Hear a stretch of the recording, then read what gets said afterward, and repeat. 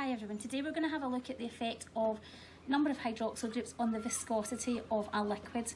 The apparatus that I'm using today are glass tubes. These are sealed and filled with a known quantity of alcohol. I have 3 of those. In one I have propanol, in the next one I have propan 1,2-diol, and in the final one I have propan 1,2,3-triol. Each of these tubes has exactly the same volume of alcohol inside it. The tubes are the same length and they are the same diameter.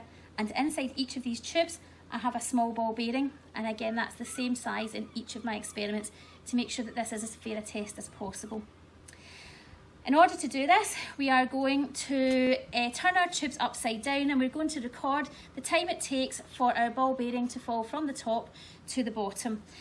So you're going to need your timer handy. To do this, I initially take my ball bearing at my apparatus to the horizontal, and when I'm ready to tip it upside down, I start the timer, and when it reaches the bottom, I stop the timer. And for propanol, you'll see that that's actually really quick. Okay, so it might have been quite hard to see. 1.9 seconds is how long that one took.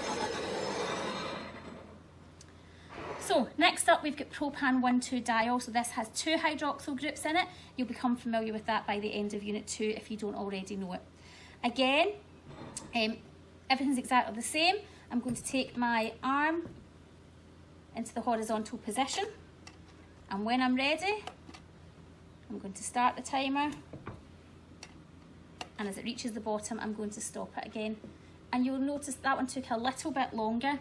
The air bubble's still actually making its way up. It was 4.35 seconds.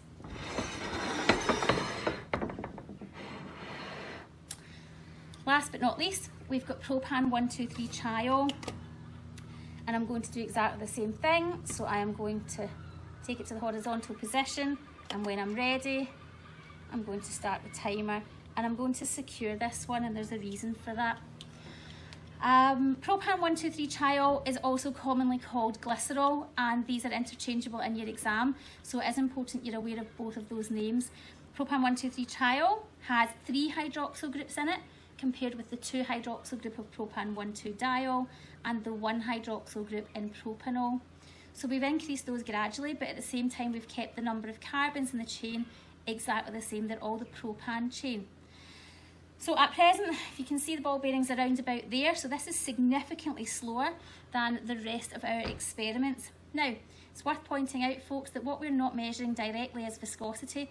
We're measuring the length of time that it takes for our ball bearing to travel through a liquid.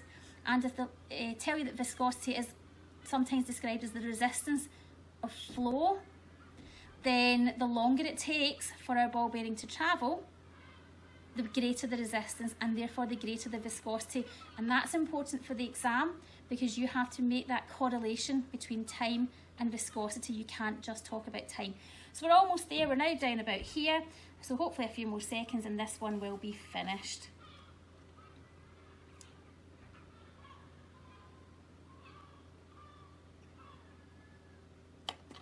Okay, and that one took the grand total of 1 minute and 25 seconds, so significantly longer there. So you can really see the effect that hydroxyl groups are having on the viscosity, this ability to flow.